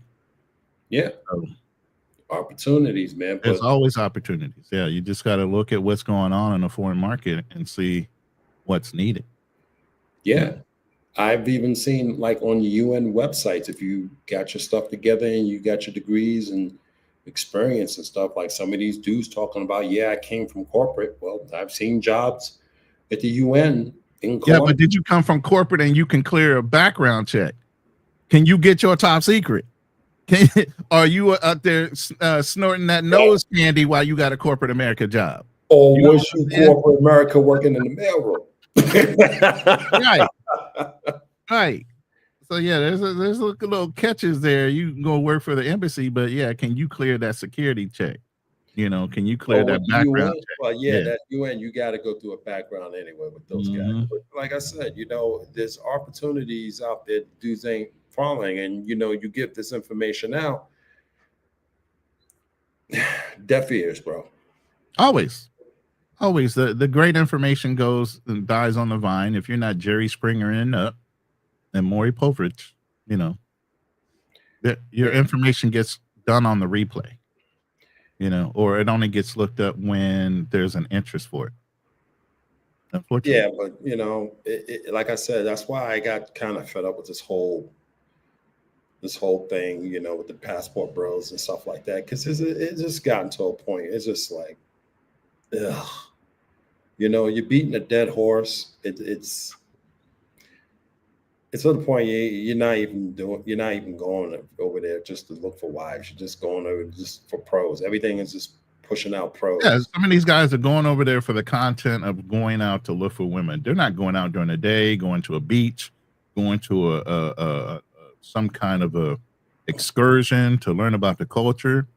They're in their condos or wherever until nighttime, and then they're out.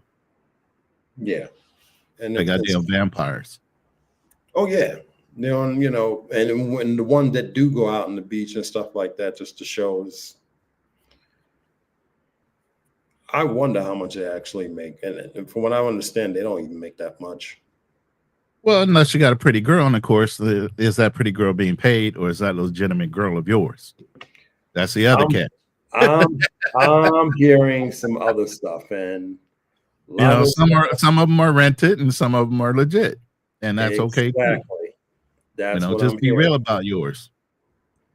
Yeah, You know, I'm there's nothing hearing a wrong. You know, lot of that. And sometimes you these know what? girls have to do it because they ain't got a better choice. You present a better choice, and they stop. Yeah, It's just but it's about your like I said, personality and your level of confidence, though. yeah, but selling the dream is selling reality. That's the whole Mhm. thing, and we shouldn't be, selling. You can sell a dream to a certain extent, but I like to keep things in the reality. Right. And because the fact of the matter is, if you going into this thing, it's going to be a reality. Oh, it's And going to be a serious reality check for a lot of people. I mean, the Philippines is not like one of the most wealthiest places in the world. You oh know, yeah, where I'm going, it's there's a lot of poverty. You know, and spots, and people live at a lower income bracket. So yeah. instantly, you walk into certain countries, you're top five percenters based on your regular income. You Oh, know, some of exactly. these people aren't Even even used to making over $500 a month, let alone what you're used to making. actually, I was watching this YouTuber. She's from Mexico, and she has a show. She was breaking down what would it be to be in a certain percentage. My salary right now, with everything I Mhm. earn, with disability and everything, You're probably at I'm, one I'm percent. in the top 1%. Yeah, yeah. I'm at that. I'm about just under 1%. Just Yeah, under 1%. I'm in the 1% Because town. I'm underestimating because everything ain't guaranteed in life, but death is Yeah, tax. So I but always underestimate. But yeah, I'm sitting pretty. Matter of fact, I told old girl, I said, "You're gonna live a different lifestyle when I get there. I don't live like that. I ain't even planning on living like that. I'm bougie as fuck." same here. When I travel bougie. Look where I'm Yeah, living. Look what I'm staying at. I'm staying in exactly. bougie. I And need AC 24/7. Okay. exactly. I'm not sitting up there sweating my ass off. I ain't Half a these day, an hour. I ain't doing none of that I unless ain't I'm these dudes that outside. living in favelas and stuff like that, and all this other crap and barrios and stuff like that. Nah, I'm not that type of dude. Mhm. I go to nice places where I know I'm going to be safe.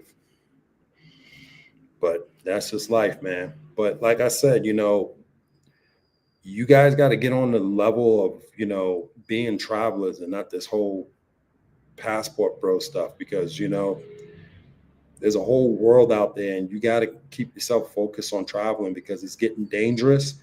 A lot of people doing stupid stuff, and you can get caught up real bad when something happens, and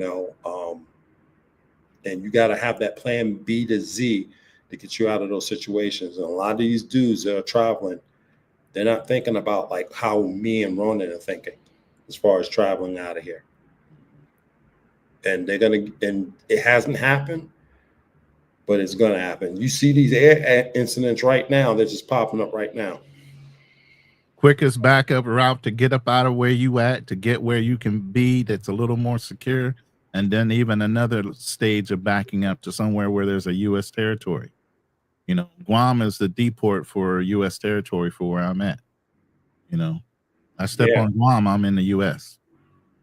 exactly. For me, you know, always got to have a backup plan.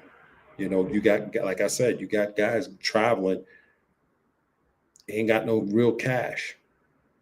If I ain't got I think Carlos read, like I said earlier, and if I ain't got $1,000 to spend cash outside of my other expenses, I ain't Right. freaking going. No.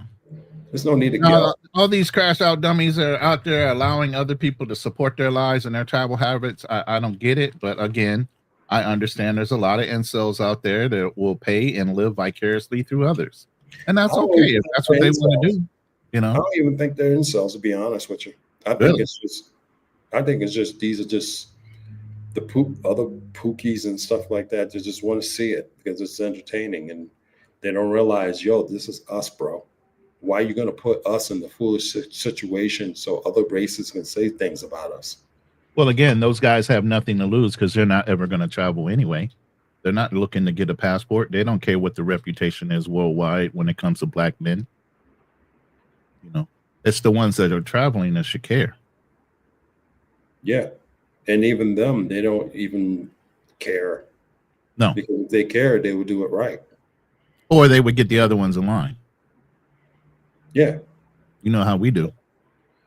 Yeah. Like, you know, me and you, we've talked many a times, and I've gotten some great advice from you and, you know, Kanal. And I mean, we all drop dimes and gems, and even the content you put out with the new rules and certain locations that you go to. And I mean, it's all great information. It's just a matter of people accessing it when they want it. And it unfortunately, it doesn't bring the draw that it should for people that are really serious about traveling because they rather hear about all the other stuff. yeah, even the older people, you know, are in our age group. And that's even more shocking because Yeah. I'm sorry. Yeah. We're You know, supposed some of the to- older guys our age too don't have passports for a reason. They didn't grow up necessarily like we did. They didn't have the advantage of either being in the military or come from a family that was well put together that actually had travel plans every 3 to 4 years and went somewhere. You know, I've been traveling since I was 2. It wasn't the military that started me traveling. My mom started traveling. I started going back and forth to Puerto Rico, Bahamas, Jamaica since I was 2, 3 years old. You know, it wasn't a thing to catch a plane from Baltimore somewhere in the tropics. Yeah, You know, most of my travels has been international. I mean, domestic.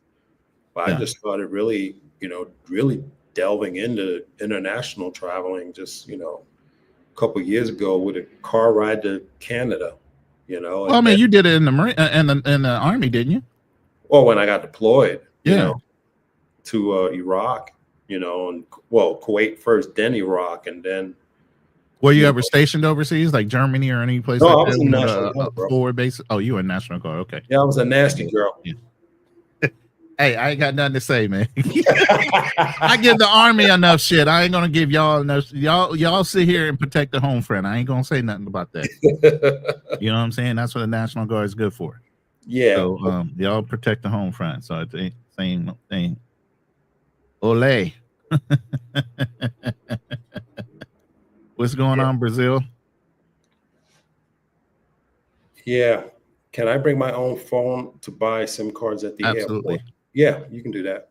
But now they have what they call eSIMs programs, where you can pre-set up your SIM card for service. Once you hit the country, it's activated.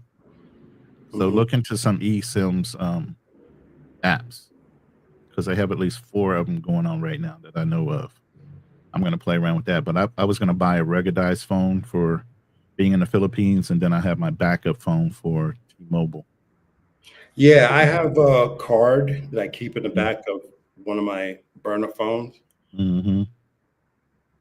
Yeah, definitely take 2 phones. Do not use your high dollar phone anywhere in some of these countries. Put that phone keep it up. burning. Keep it in your suitcase. Keep it in a safe. Whatever. Don't ever use that American phone. Use Yeah, one of your burner phones.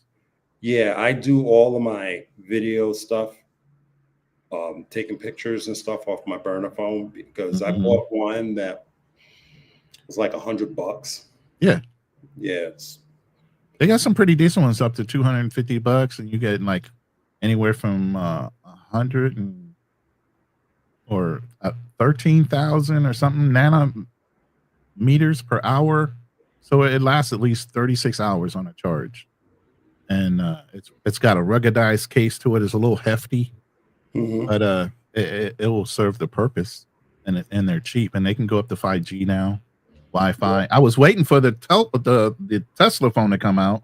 They said it was going to come out at the beginning of this year, and it was supposed to allow you at $315 to utilize the Starlink network, so you can be in Wi-Fi anywhere in the world. Now I think it's already being extended to T-Mobile, so T-Mobile will have Wi-Fi worldwide now.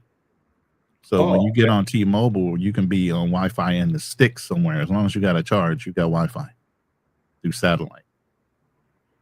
So it's getting to a point now where, you know, even the Wi-Fi signal is deregulated. you can pick up a Wi-Fi signal with a device, regardless if you have a plan or not on certain devices that you have. Yeah, and that's yeah, I'm looking at various different services to keep that going and stuff. Even like, oh, I Yeah, I didn't. was looking at that Tesla phone, Rolando. It's just not out available yet. So I was waiting for it to come out before I left, but I'm leaving in April. So they said February. It's February. They haven't announced the release of it yet. Yeah, I usually keep like I said, a SIM card for a particular company, and when I get ready to go, I just throw some money on on that Plus, card. So I have a VPN router, and the VPN router will allow me to jump on an American looking IP address, so I can still access my banking and everything else, even if I don't have my American phone as a backup. You know. Yeah, but It's a little handheld one. Everything I have is handheld, so it can go in a carry-on case. But it's this Slate device right here. Yeah, I've seen those. Those are pretty cool. Yeah, I have this. Everything I have is very small and very tiny. It's not even a laptop. I have a small mini PC that's gigged up to the max on RAM and storage. I have an external drive. I have that, and it's all hand size, like the size of this box or smaller. So it can all fit in a carry-on case and go on the plane with me, and I can get the same quality transmission no matter where I am. My phone, this right here is a GoPro that I have hooked up. So everything is like very small, portable, and compact. So, and that's without even using a laptop. Yeah. Also, think about getting these little Wi-Fi routers to carry along with you. You can always add money, because sometimes Wi-Fi's will go down in certain Exactly. countries. You need to back up, especially if you're doing digital nomad stuff. Definitely get one of those. The service may cost you a little bit much depending on how much gigabyte you're going to use. I think like I said, it all depends on the location that you're at.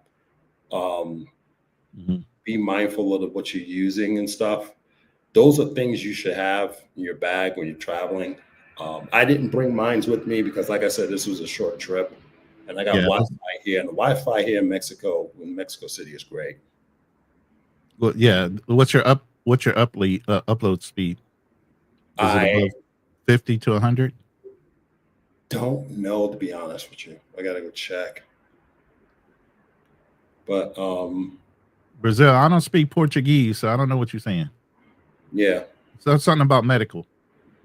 That's all I can catch on there.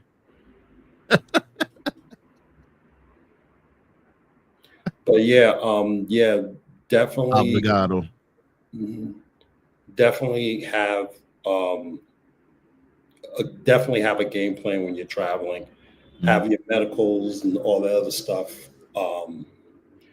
Consulate, definitely know where your consulate's at, because and this is one of the things a lot of guys who were getting drugged and robbed didn't do, and they should have done.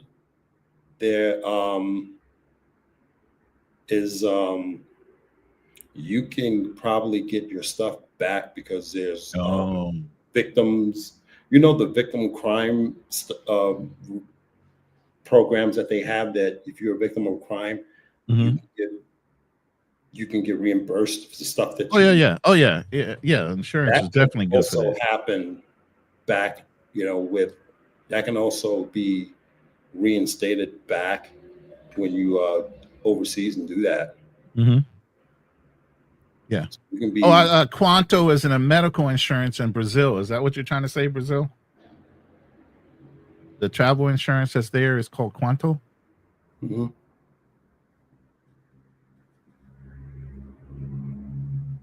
Global Me, and it goes up to. That's what I have. Global Me. Okay. That is the. Yeah, I have that particular one, Pooh Man. I have. Well, he already knows I have that one. I carry that little device with me. Yeah, I just looked at a device I was going to order and test it out before I leave. It was a Wi-Fi device that allows you to pick up a signal no matter where you are. Yeah, because I'm not sure if it's Thailand or Philippines that have the bad Wi-Fi service. Philippines has a pretty bad one. Plus, they have power outages too. Oh, okay. So you got to know that I'm taking a solar panel with me as well. I mean, a legit one that's like 100 kilowatt per hour one. They have a small one you can carry. I have one that's it's a fan fold. Really? Yeah. Hold on one second. I'm going to go get it and I'll show you. It's in a box still, but hold on. That's interesting. And also a power pack. Did I bring mine? Hold on a second.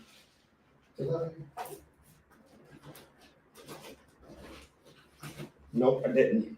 Screw me. Nope, I didn't bring my power pack with me. They have a power pack. It's in the store, actually, the Amazon store. There's a power pack that also can be charged up by the sun. So if you can get one of those. I have one of those too. Yeah, those are awesome. I had that when I was in Brazil. I think it's in my bedroom right now. When I was outside. This is a 40 kilowatt per hour solar panel. And it's very lightweight. I just have it in the box still. So when I break it out the packet, I'll take it out and it has its own carrying case, but you can unfurl that and plug up at least 4 devices by USB and charge them solar power. Even the backup power sources that you have, you can charge them with this. So that's pretty cool. I got to get one of those. Yeah, they're not that bad. It doesn't cost that much. Mm-hmm. But yeah, I was thinking because she had just recently they had a power outage for 3.5, 4 days. Wow. In her province where she's at. So and they had I guess she heard a big boom, and that means the circuit breaker blew at the power plant or the power location that she was at. So with the issues they have in Philippines, I assume they would be the same in Thailand, or the infrastructure. The infrastructure is way better in Thailand than it is in the Philippines. Oh, really? Yeah. Now I would say maybe in the provinces not so much, but in the cities are definitely a lot better when it comes to power outages. Interesting. Yeah. Very, very interesting. Yeah. Now, I would say, like, if you're looking at, BGC or Cebu or places that are bigger cities in the Manila area, no problem. You're not going to have that many power outages. But the province areas are where their infrastructure starts to get a lot weaker. Okay. That's why a lot of people that build in the Philippines, they always build with solar. They have solar panels on their homes because they already anticipate power going out. Okay.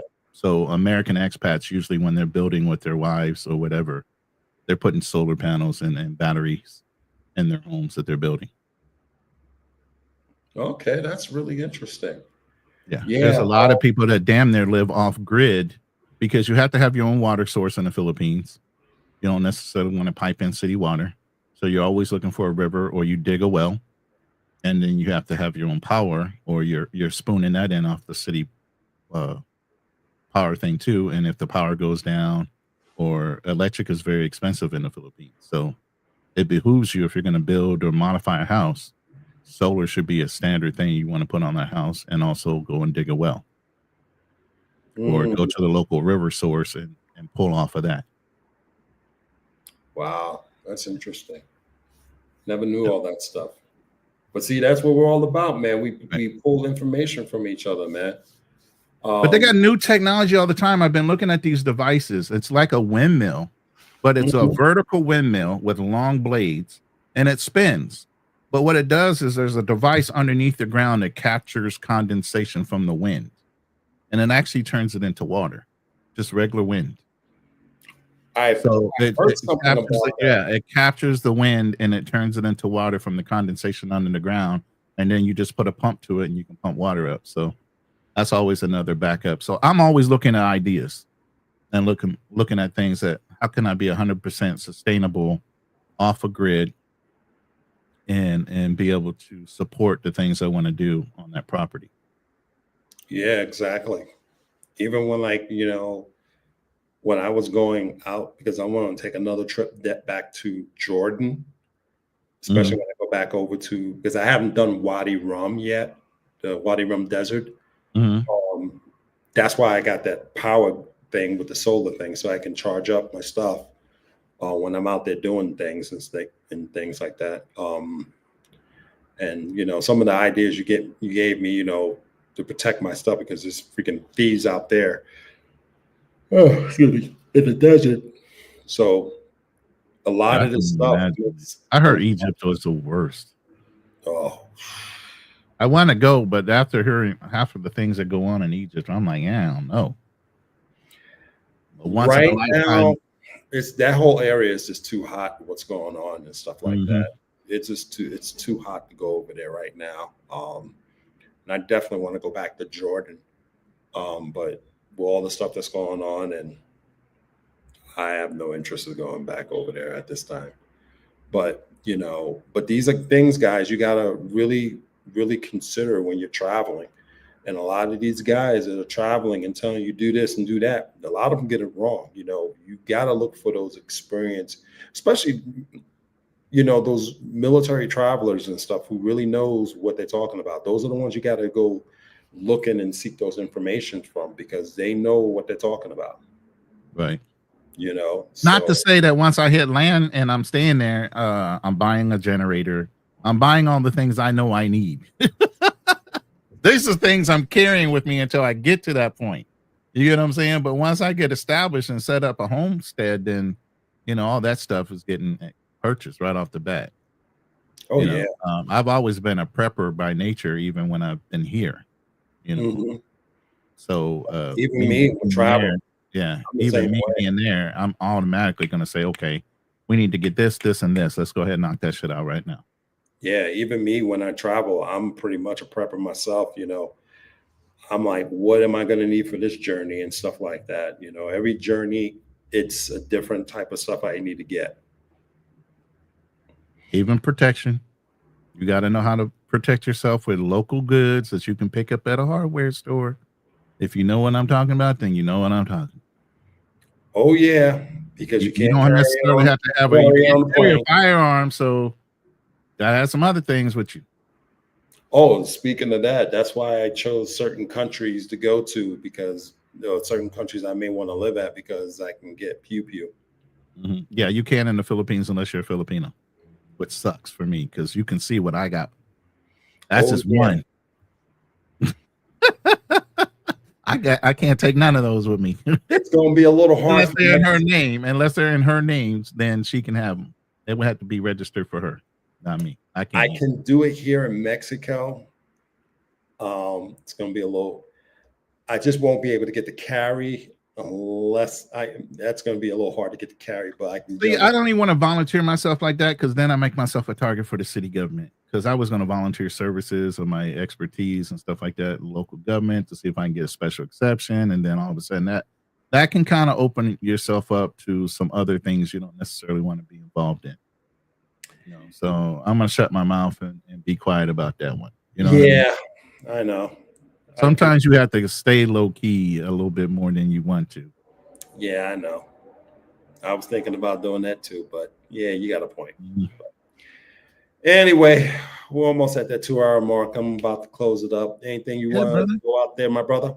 No, man. I mean, Mexico is a wonderful country. I swear to God, I lived in California for 30 plus years, man. I always was in and out of Mexico, all up and down Baja, in the middle, and then on the Gulf Coast areas. So it's a wonderful country to want to establish yourself in. The people are warm and friendly. As long as you're warm and friendly, nobody starts any problems, unless you just look like you want to be poked, you know. Anyway, I'm sure you carry yourself and you're a sizable guy. Nobody just wants to walk up to you and fuck with you anyway. So, you know. No, I'm just tacoed out, man, because I've been eating Yeah.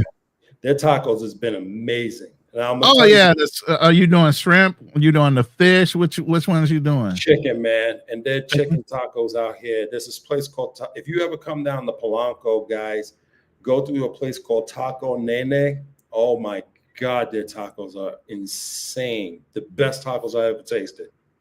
And then the yellowfin and all these. Oh my God, they can cook seafood like nobody's business. They do it well. And I'm from the East Coast, so I know.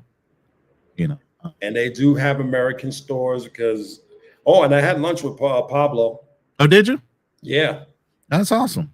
yeah. I caught up with Pablo. We had lunch yesterday, chit chatted and talked about a lot of stuff. And you know, he's he had to go do something, and we broke out. But yeah, we had a chance to chit chat and How's stuff. he enjoying that versus Colombia? Because I know he's kind of dead set. Oh on no, Colombia. he's a Colombian dude. Yeah, I know he is. He's straight I know he Colombian. is. But Yep. he said he will come back. He was staying in another part of Mexico City, and he Mhm. saw Polanco, and he was like, "I got to try Polanco next time."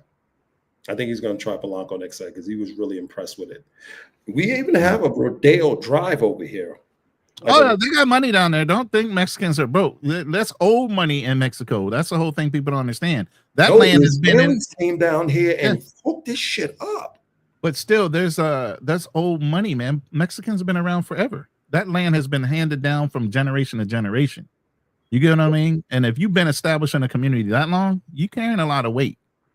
Yeah, but this section over here, we got the Israel. I mean, there's a lot of Jews over here, and this place almost look like freaking Tel Aviv, bro.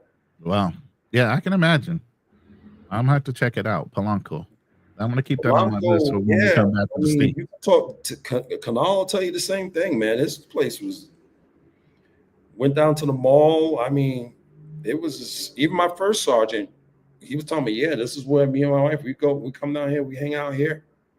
Yeah, there's so many hidden gems in Mexico. Like I said, a lot of people aren't even aware. They're just thinking, oh, it's a whole bunch of like the old Western movie type things. No, hell no. That is not that's not the experience you're gonna get. Exactly. So, but again, thanks for popping up, Roland. I greatly appreciate it. Yeah.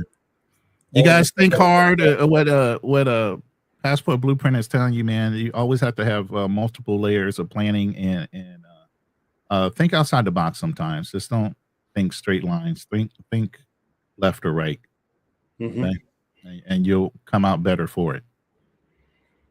Yeah, man. And thank you guys for popping up. And just want to just say that,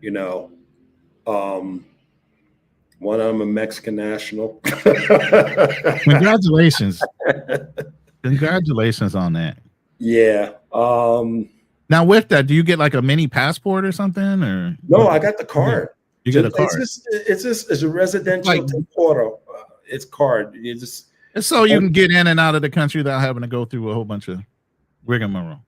Well, it's not a passport card. Basically, it's just when I go in the country, I have to show my U.S. passport, but I also show this, and they'll recognize it's like, okay, you live here as well. Basically, so that's all it is. And I got to renew it next year to get the 3-year temporary, and then after that, I qualify for permanent residency. Yeah, I think the Philippines is similar to that with the SRV. I don't know all the steps, but I will by the time I get there. Yeah, and like I said, guys, these are things you should be thinking about if you really want to expat, or you really want to, like, if you really want to move overseas and stuff like that. Start thinking in that realm. Thinking about which country you want to go to save on taxes. Because the tax savings in Mexico, it's really, really great. I don't think we pay zero taxes, to be honest with you. Oh, nice. No tax. Long as it don't come through a Mexican bank. I can work remotely out here, and as long as my paycheck don't go through a Mexican bank, I don't pay no taxes. Nice. Who are you using for your bank? For you using like Chase or like a Navy Fed or Chase? So then you have to worry about transfer fees or anything like that. Yeah. So there's various ways you can save on taxes in different countries and stuff. Again, we threw out names like Nomad Capitalist, Nomad Elite, and there's a whole bunch of these other content creators that's doing that. I'm gonna solely, in a sense, I want to do it. In a sense, I don't want to do it because I don't want to give these Pookies and Ray Rays any ideas to do the same crap. I really don't. Which is Getting this residency cards and stuff like that. they gotta want to do it first of all. Made a mess of this whole crap.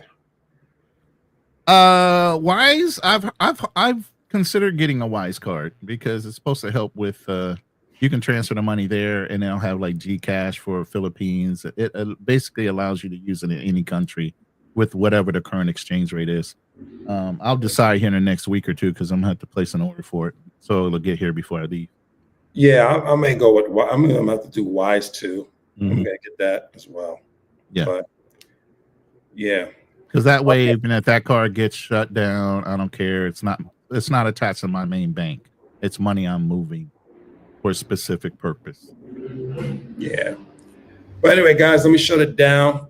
Thank you guys for showing up. I greatly appreciate it. Ronan, thank you for the info. I greatly appreciate it. I'll catch you guys on the flip side. You have a great one. Yep, you too. All right.